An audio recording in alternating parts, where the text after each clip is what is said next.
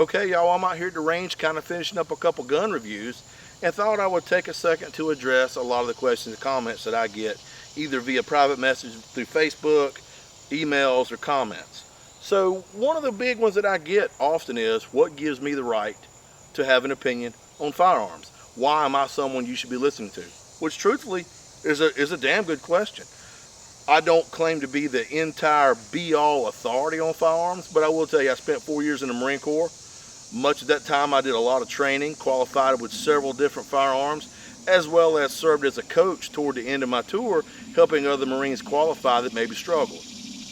I do shoot competitively. I'm not a professional shooter or a professional competitor, but I do shoot competitively when I can, and I generally do really well and actually have won my fair share of firearm matches.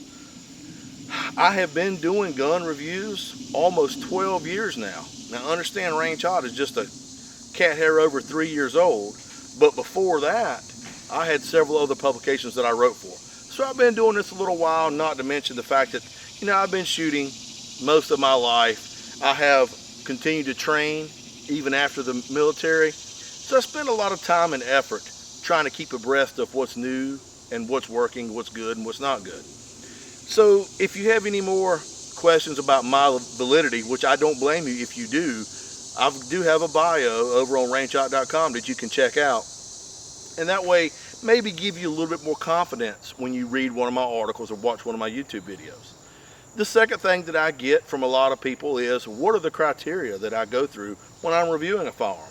And really and truthfully, there's really only three basics that I look for. First and foremost, is the firearm safe? Which, as we all know, most any modern day firearm that you buy today is safe, or at least it should be. But still, safety, number one. Number two, is it reliable? And not only is it reliable with a variety of ammunition? And number three, is it reasonably accurate? Now, when I say reasonably accurate, I'm not going to expect a high point carbine to hold the same group at 100 yards as I would, say, a Wilson Combat AR-15 or something along those lines. So price does not become a factor with reliability or safety, but I do kind of take into the account as far as accuracy wise on what that firearm retails for. If it's a 2000 AR-15, I would expect it to shoot a whole lot better than a $300 high point carbine in 9mm. Nevertheless, I still want to see reasonably accurate regardless of price. So that's kind of one of the things I wanted to talk to y'all about, as well as you don't have to believe everything I tell you, because a lot of what I'm stating are opinions. I'll shoot the gun. My minimum round count I try to put through any firearm is a bare minimum of 300 to 400 rounds, depending on what's commercially available and what I can get my hands on, brass and reload and that sort of stuff. So after 300 or 400 rounds, I can begin to develop an opinion. Now, you'll also notice that I include several other people in my videos. And while they may not voice their opinion immediately in the footage, once they shoot at least a few mags through it, I love to get input. Now, I get some criticisms on some of the people that I get. Well, their form ain't perfect, or their grip ain't perfect, or whatever. And you know what? That's true.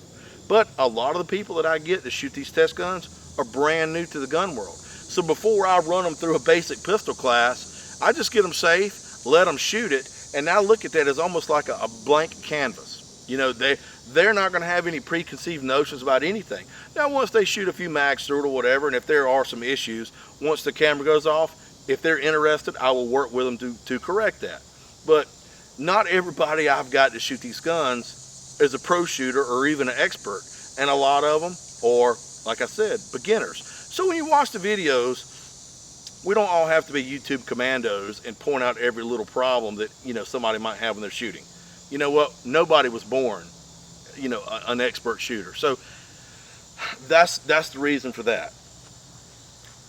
So what I'm trying to do is just reach out to you all and help you understand a little bit more about where I'm coming from. I form these opinions and then I present them to you as that, opinions. Now, I'm a pretty daggum decent rifle shot. I qualified expert throughout the Marine Corps. So, when I shoot a group at 100 yards, even at 42 years old, I feel like that's a pretty good representation of what the above average shooter could do himself with commercially available ammunition, as well as same goes for shooting these handguns out of 25 yards. But understand, I'm sure there's people out there that could probably take that very same firearm, very same round, and shoot a hell of a lot better than me. I'm not going to deny that, but you know, I'm trying to present to you the reviews as the above average shooter. I like to consider myself above average at least. So, you know, some of the guns that I review, I'm a little hard on. I've got some emails from people saying, well, I had that same gun and I didn't think that was a big deal, or, you know, or I've got some comments from people saying, well, you didn't point this out. You know, I bought that particular firearm and, you know, it did this and I didn't like it and you didn't mention it. And you know what? That's probably right. Now, also understand a lot of the video reviews is just an overview. I do get a whole lot more detail than the written article. So, you know, in my video reviews, I really try to keep them less than 10 minutes because we all know that's about the attention span of the average person that's wanting to see several different things going on YouTube. So, you know, I form my opinion shooting the test gun as well as listening to the opinions of the other people that shoot it and try to kind of come up with, as you see at the end, we always do a sum up.